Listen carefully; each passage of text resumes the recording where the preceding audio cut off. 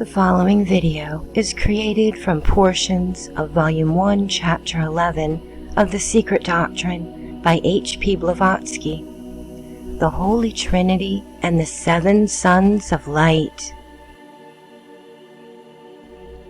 While the Christian is taught that the human soul is a breath of God, being created by Him for sempiternal or everlasting existence, i.e., having a beginning but no end, and therefore never to be called eternal, the occult teachings say, quote, "Nothing is created, but is only transformed.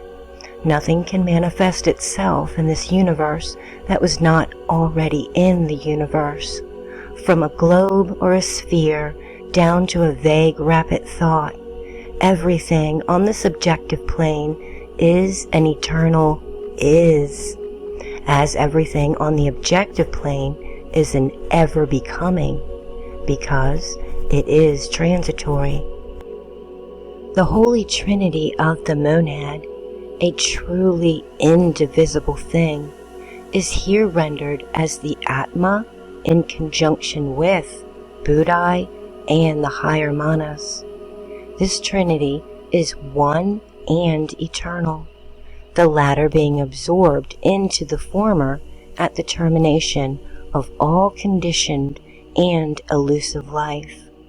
The monad, then, can be traced through the course of its pilgrimage and its changes of transitory vehicles only from the incipient stage of the manifested universe.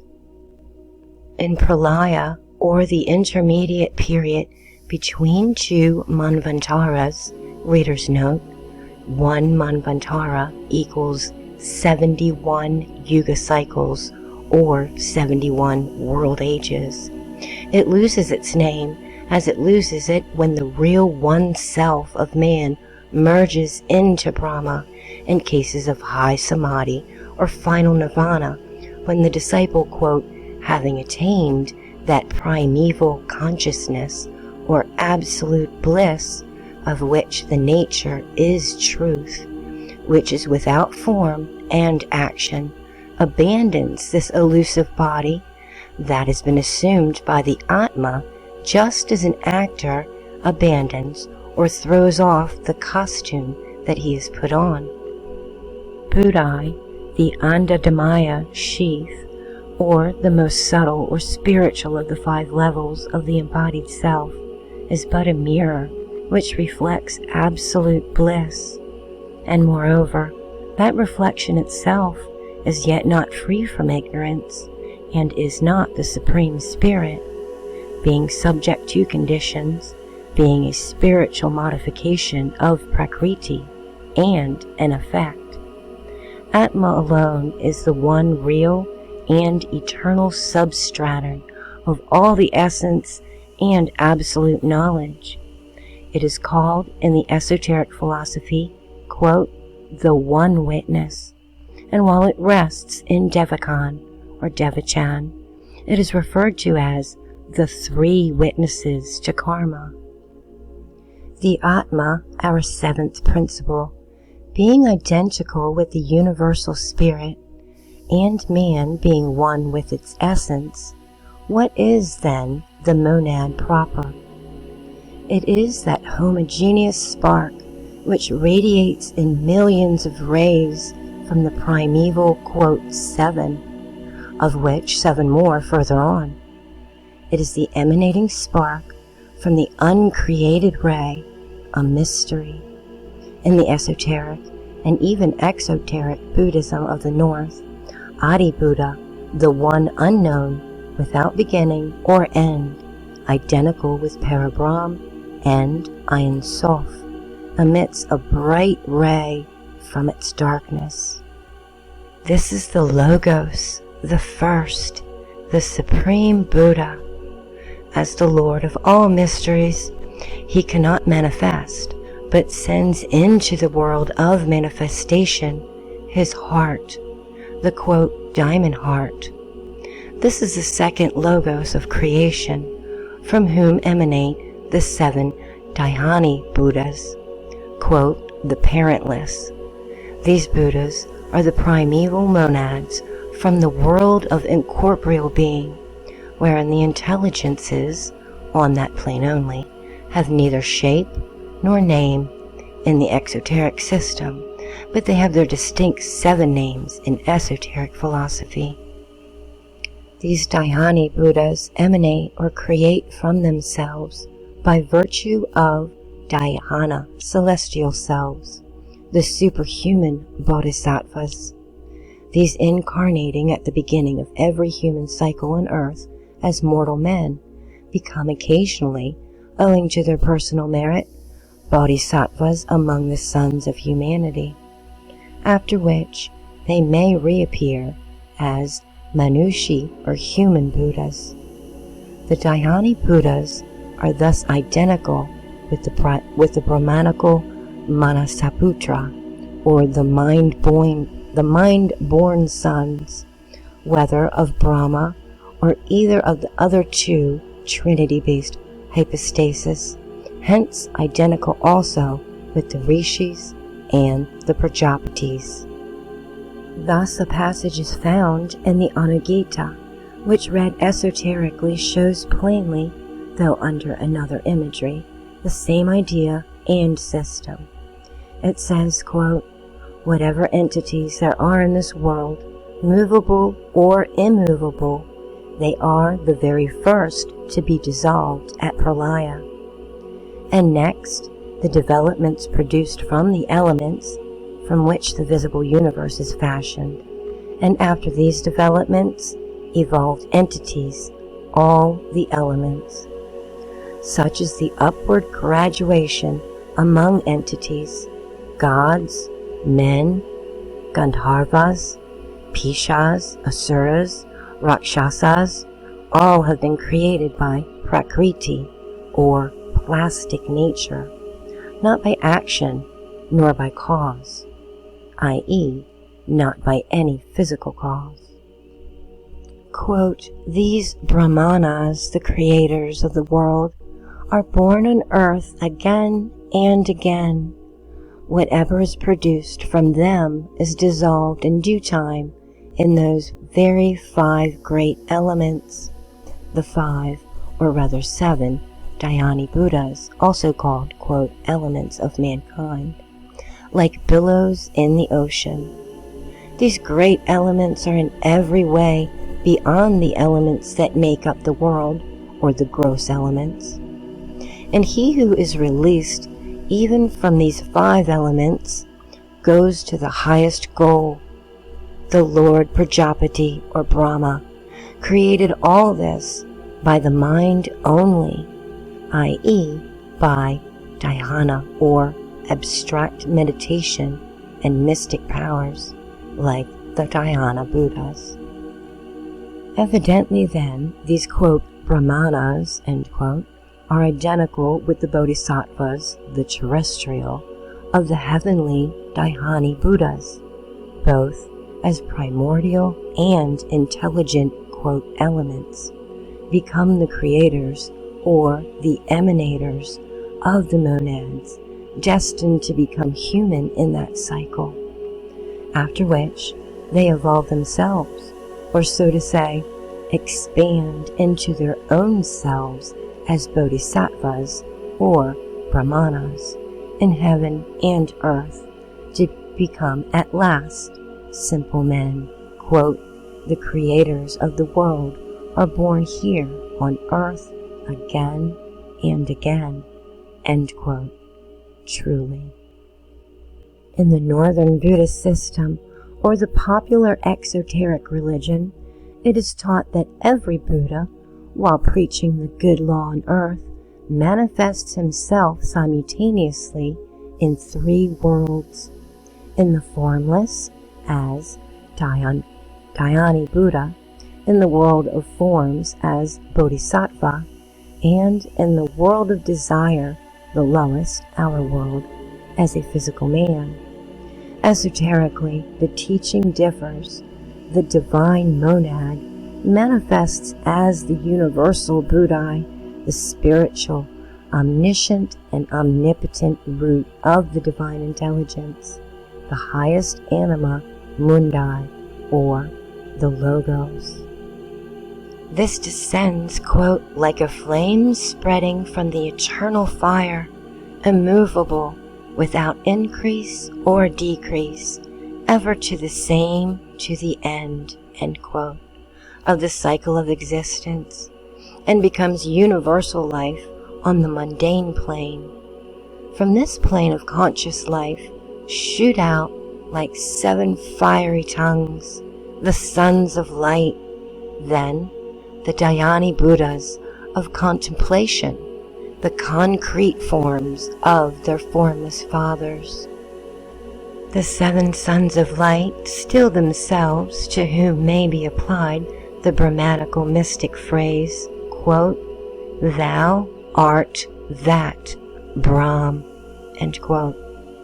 It is from these Dhyani-Buddhas that emanate their shadows, the Bodhisattvas of the celestial realms, the prototypes of the super-terrestrial Bodhisattvas, and the terrestrial Buddhas, and finally of men. The, quote, 7 sons of light, end quote, are also called the stars.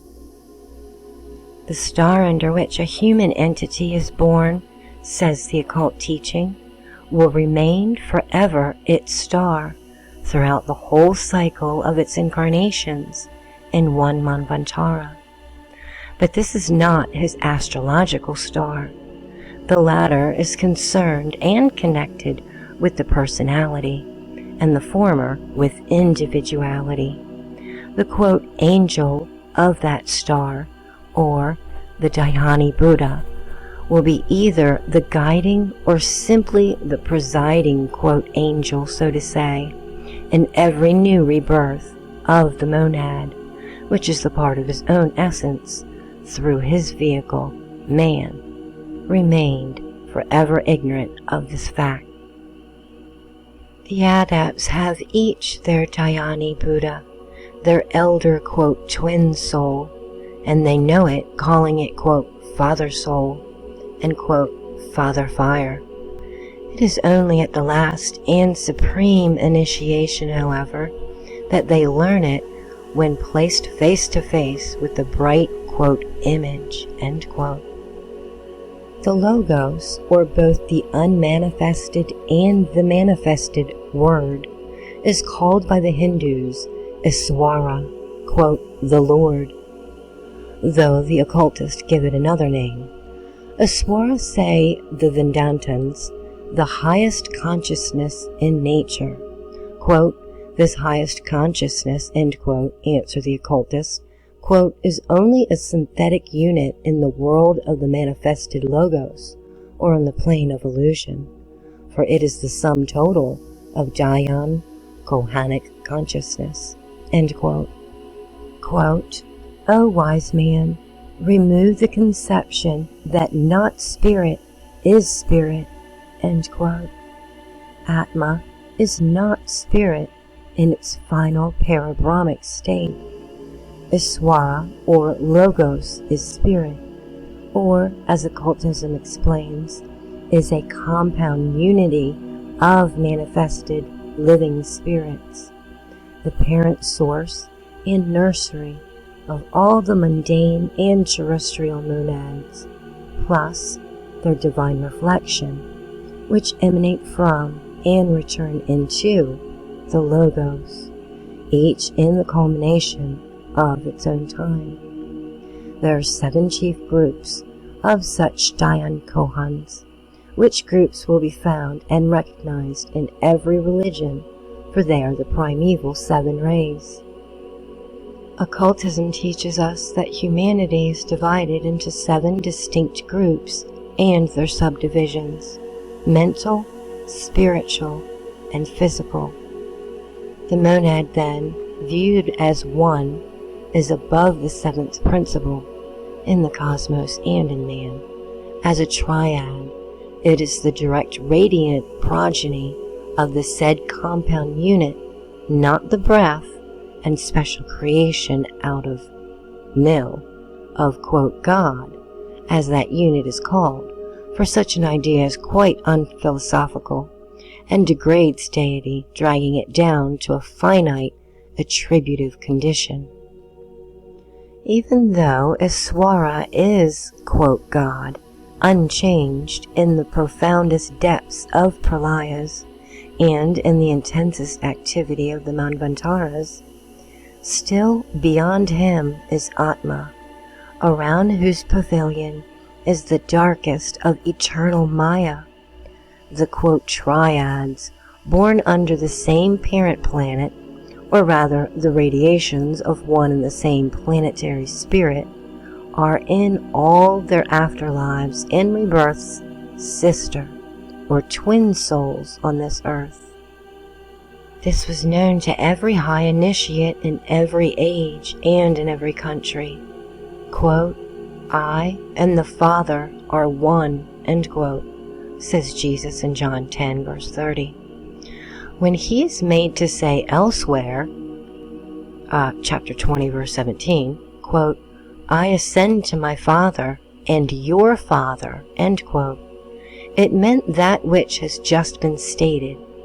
It was simply to show that the group of his disciples and followers attracted to him belonged to the same Dhyani-Buddha, or star, or father, again of the same planetary realm and division as he did.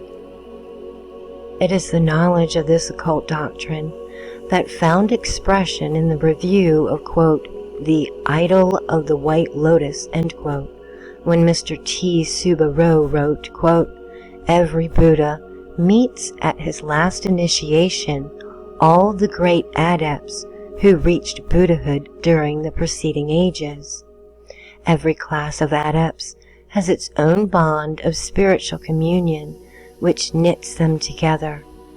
The only possible and effectual way of entering into such brotherhood is by bringing oneself within the influence of the spiritual light which radiates from one's own logos.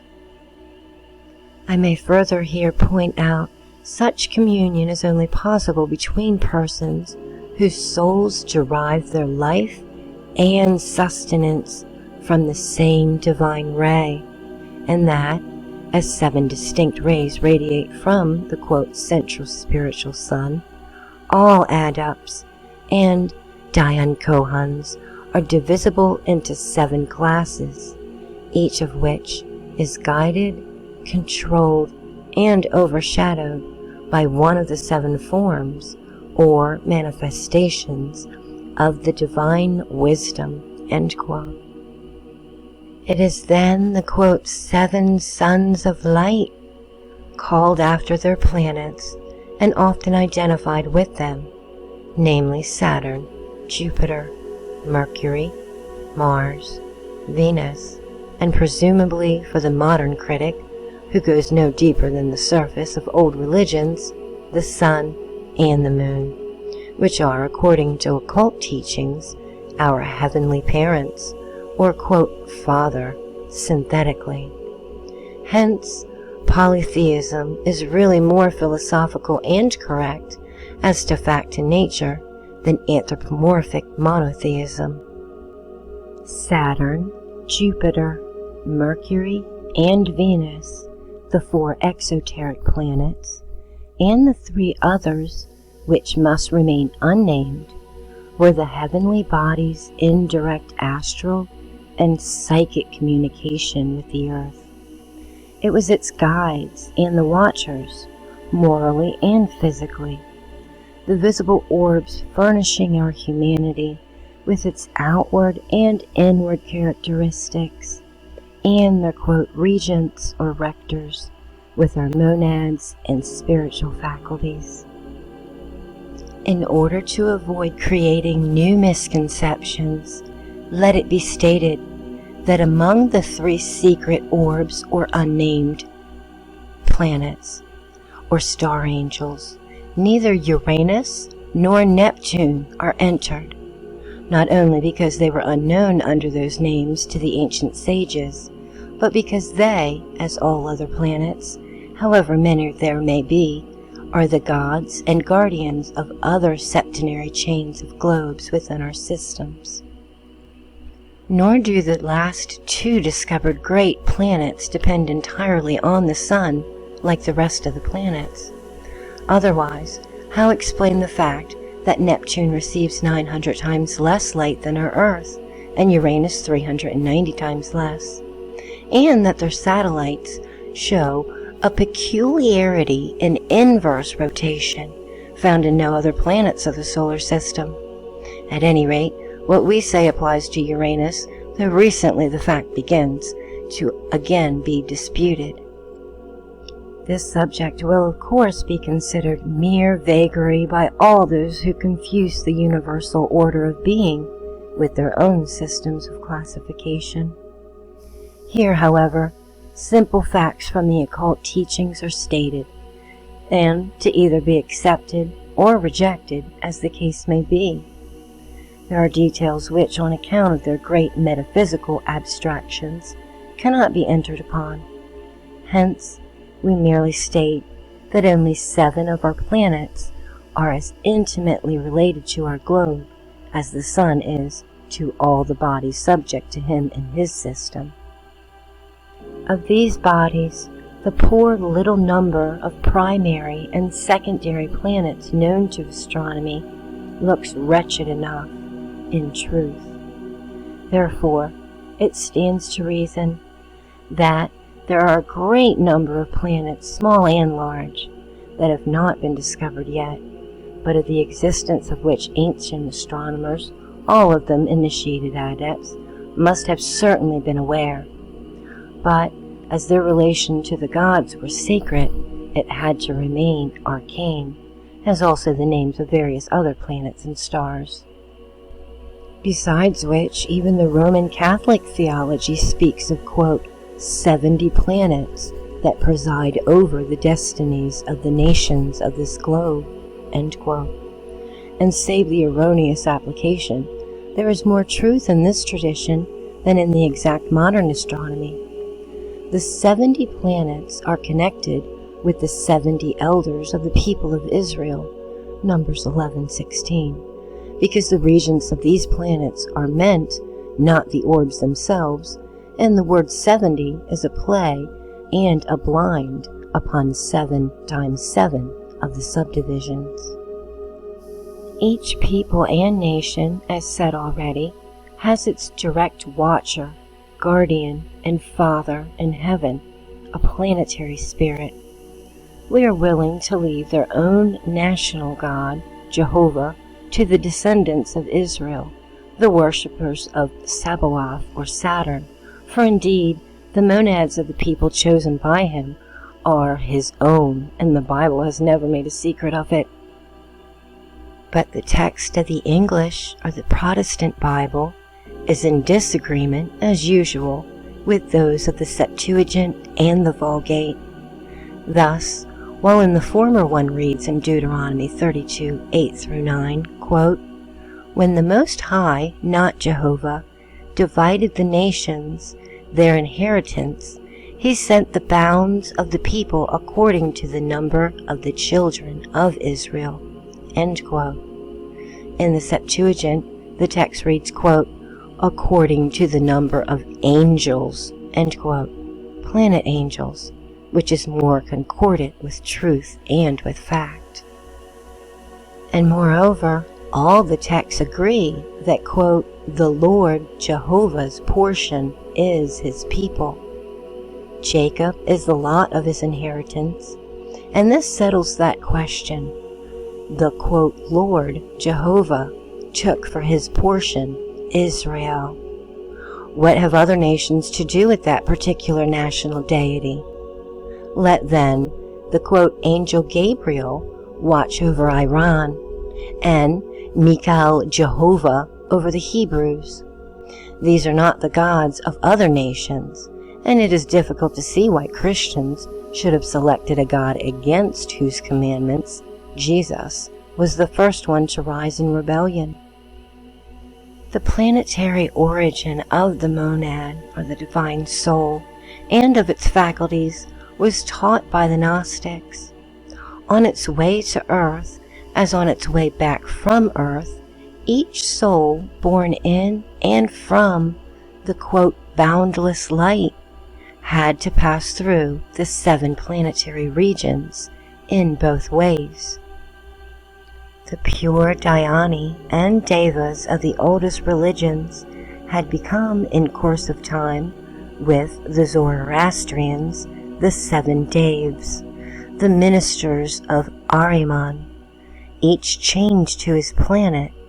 With the Brahmins, the Asuras, and some of the Rishis, good, bad, and indifferent, and among the Egyptian Gnostics, it was Thoth or Hermes, who was the chief of the 7, whose names are given by Origen as Adonai, Genius of the Sun, Tau of the Moon, Eloi of Jupiter, Sabaoth, Mars, Oriai, Venus, Astaphae of Mercury, and Ieldabaath, Jehovah of Saturn.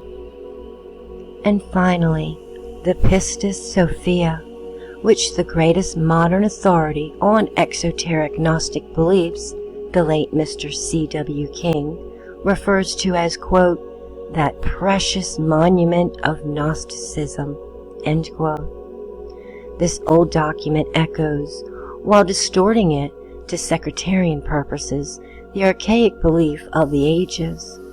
The astral rulers of the spheres, the planets, create the monads, the souls, from their own substance, out of the tears of their eyes and the sweat of their torments, endowing the monads with the spark of the divine light, which is their substance. It will be shown in Book 2 or Volume 2 of the Secret Doctrine why these, quote, lords of the zodiac and spheres have been transformed by sectarian theology into the rebellious angels of the Christians, who took them for the 7 Devs of the Magi without understanding the significance of the allegory. As usual, that which is and was from its beginning divine, pure, and spiritual in its earliest unity became, by reason of its differentiation by the distorted prism of man's conception, human and impure, as reflecting man's own sinful nature. Thus, in time, the planet Saturn became reviled by the worshippers of other, quote, gods. The nations born under Saturn, the Jewish for instance, with whom he had become Jehovah after having been held as a son of Saturn, or Ieldabaath by the Ophites in the book of Jasher, were eternally fighting with those born under Jupiter, Mercury, or any other planet except Saturn Jehovah. The type from whom the, quote, historical, end quote, Jesus was copied was not pure Jewish blood, and thus recognized no Jehovah, nor did he worship any planetary god besides his own, quote, father, whom he knew, and with whom he communed as every high initiate does, quote, spirit to spirit and soul to soul. This can hardly be taken exception to, unless the critic explains to everyone's satisfaction the strange sentences put into the mouth of Jesus by the author of the 4th Gospel during his disputes with the Pharisees.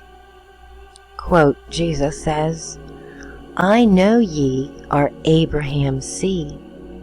I speak the things which I have seen with my Father, and ye do the things which ye heard from your father. Ye do the works of your father. Ye are of your father, the devil. He was a murderer from the beginning, and stood not in the truth, because there is no truth in him.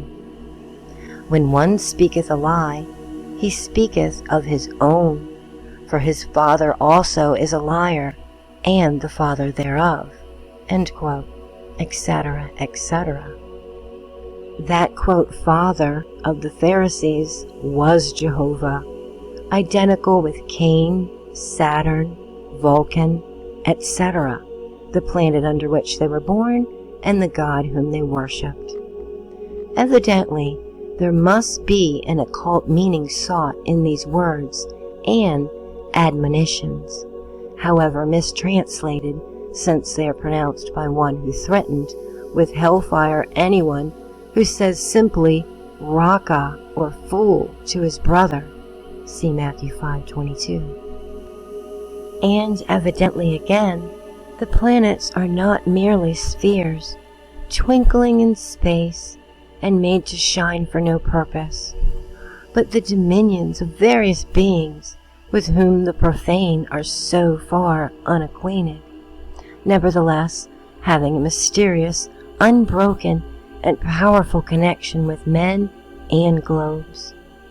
Every heavenly body is the temple of a god, and these gods themselves are the temples of God, the unknown, quote, not spirit, end quote. There is nothing profane in the universe. All nature is consecrated place. As Jung says, quote, each of these stars is a religious house, end quote. Thus can all exoteric religions be shown the falsified copies of the esoteric teaching. It is the priesthood which has to be held responsible for the reaction in favor of materialism of our day. It is by worshipping and enforcing on the masses the worship of the shells of the pagan ideals that the latest exoteric religion has made of Western lands a pandemonium in which the higher classes worship the golden calf and the lower and ignorant masses are made to worship an idol with feet of clay. Until the next time, love yourselves and love each other unconditionally. Comment, like, and share.